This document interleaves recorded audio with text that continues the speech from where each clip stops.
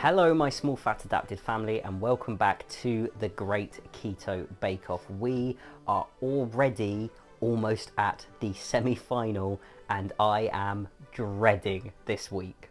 Now do remember that I am trusting my ability to keto-fy high carb recipes in a very short space of time, and there is a potential that things will go wrong like it does on the show, and if it does, you get to see all of that on camera.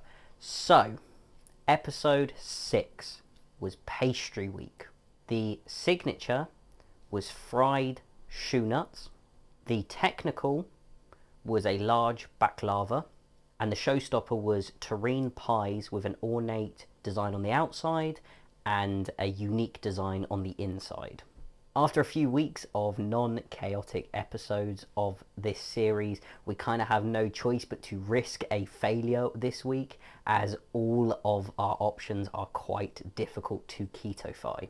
I will be honest with you, I had my mind set on doing an attempt at a puff pastry after watching the preview for this week last week, but alas, it was not a puff pastry, it was a hard crust pie, and that immediately put me off the idea of doing a pie. I actually looked into the plausibility of doing a keto phyllo pastry, but I don't have the patience to roll so many pieces of dough out into the thickness of my eyelash. In the end, I decided to go with what looked most feasible this week and in a flavour that sounded a little bit naughty for the keto diet, but absolutely delicious. So for episode 6 of the Great British Bake Off, I will be keto-fying Amanda's pistachio and rose Chouxnuts. This will be an attempt at a choux pastry that is fried in circles, then stuffed with a pistachio cream and topped with a gentle rosewater glaze. So in terms of ingredients, you will need, for the Chouxnuts themselves, 150 ml of whole milk or water should you prefer to use it, 60 grams of salted butter, 25 grams of almond flour, 25 grams of lupin flour, 1 tablespoon of powdered sweetener, I am using erythritol, a tablespoon of ground flaxseed, 2 large eggs that have been beaten, half a teaspoon of xanthan gum, and about 500 ml of extra virgin olive oil. Then for the pistachio cream filling, you will need 85 grams of pistachios that have been shelled, 3 tablespoons of powdered sweetener, again I'm using erythritol, 15 grams of oil, whether it's olive, avocado or melted coconut oil. I am using a blend of avocado and olive oil, 1/4 teaspoon of vanilla extract, and 170 ml of cream. There is nothing wrong with my cream, I just happened to pour it into a bowl that had some pistachio skins in it. So the first thing that I did off of camera was I prepared my circles to put my piping Chouxnuts on, and this is basically a 12 by 12 centimeter square that I cut out, then a 7 centimeter circle in the middle that I just did by using one of my iconic little bowls. It was actually exactly 7 centimeters. So I've drawn on them and they're just getting popped to the side on a prepared baking sheet so that I can pipe onto them later. So the first thing that we're going to do is we're going to mix our dry choux pastry ingredients. So we have almond flour, lupin flour, flaxseed, and then we have powdered sweetener because we are using lupin flour, and lupin flour can sometimes have a bit of a bitterness. You don't usually put sweetener in a pastry, but I'm going to just to hopefully help if there's any potential bitterness. Note that the xanthan gum does not go in at this point. Okay, when you're happy that that is nice and well combined, that just gets set aside until we need it in a little bit. We are going to get our milk and put it in a small to medium saucepan, and we're going to put it over a low-medium heat. Then we're going to add our salted butter, and this is just going to be left on a nice low heat until the butter has melted into the milk. I'm going to stir it occasionally. The reason I'm using whole milk rather than almond milk or water is because I'm trying to get as close to a traditional choux pastry as I can, and a traditional choux pastry uses milk. When I worked out the macronutrients, it didn't really have a massive effect, so I'm happy to use milk in this instance, hoping that it helps really give me that puffy texture. So our butter has melted and the milk is nice and warm but didn't boil or simmer. And I'm going to add a little bit of xanthan gum at a time, maybe like a third at a time. And I'm going to rapidly whisk it in to this mixture to try and help thicken it up a little bit. You don't want to do too much at a time because it can clump up. And you want to give it a real good whisk, make sure it's all really well combined, because otherwise the xanthan will just start clumping everything together. So we'll add a little bit more and whisk again. And it's a bit of an arm workout this. It can take a while for the xanthan to sort of activate and start thickening the liquid. Okay, so I'm happy that is combined. So we'll get that final third in. And when I say thicker, don't expect sort of a custard. Expect it to go from sort of milk to double cream in consistency. Let me get a spoon so I can just sort of show you. A little bit thicker than double cream. So now that it is thickened, it's time to get out your dry mixture and add the wet mixture to the dry mixture. And we're just going to mix this until it's well combined. It should combine pretty quickly and give you what is similar to a cake batter. But we're just going to keep mixing it until it starts to cool down a little bit so that we can add the eggs without them starting to cook. Oh, it is an arm workout. I think that is now cool enough, so I'm going to add the egg, but I'm going to add it in, I'm going to say thirds, because I need to be very particular with how liquidy this pastry is. Because you basically want it at a point where it sort of gently drops. So I'm adding about a third and I'm just beating that in, and then I'll check the consistency. So that's too much of a solid right now. So I will add another sort of third, beat that in. Oh, my arm is killing me. We can see it's getting there, but it's still too much of a solid. So we're going to add the rest of the egg. So let's check that. Yes, that's brilliant. So you can see the way it's more solid, but it's dropping off at a relatively quick speed. At this point, I'm going to just leave this to sit to the side of me for a couple of minutes, just to help thicken it potentially a little bit, in case the xanthan and the flaxseed want to thicken it anymore. In the meantime, I'm going to start preparing the oil.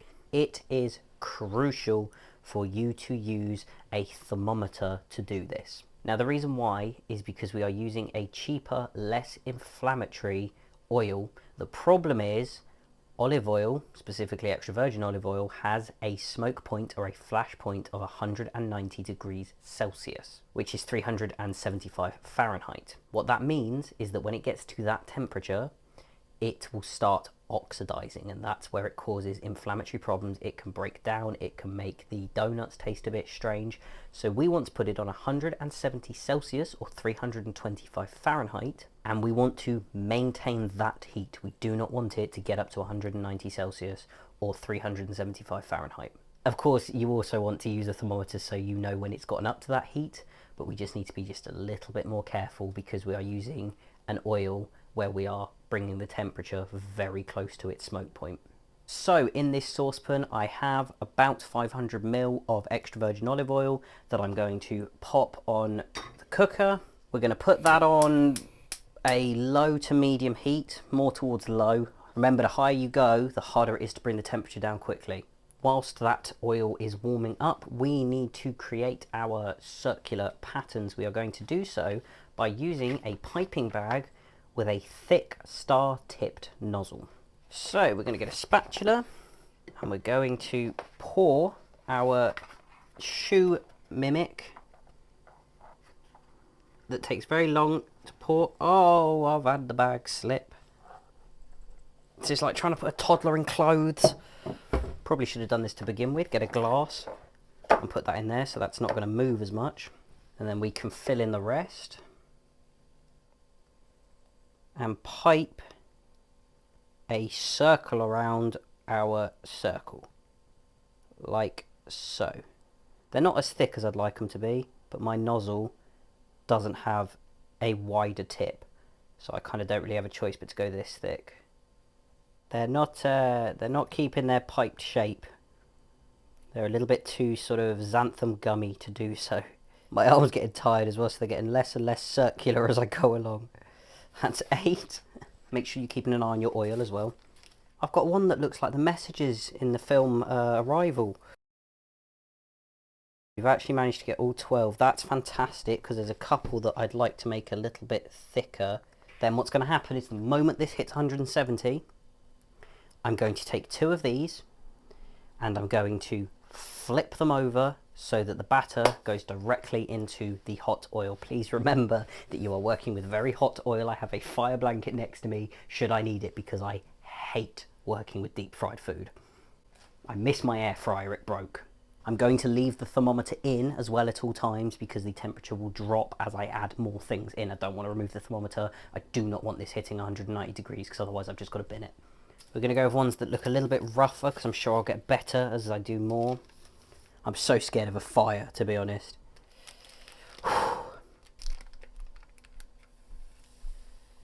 Can I have the paper now?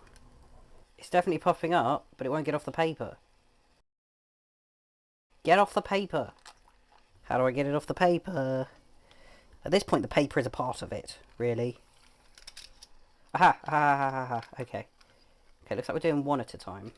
I reckon maybe 2 minutes on each side should do the trick. I think that's browned enough. So that will then get transferred onto this sheet to cool down. Whilst we now do that 12 more times.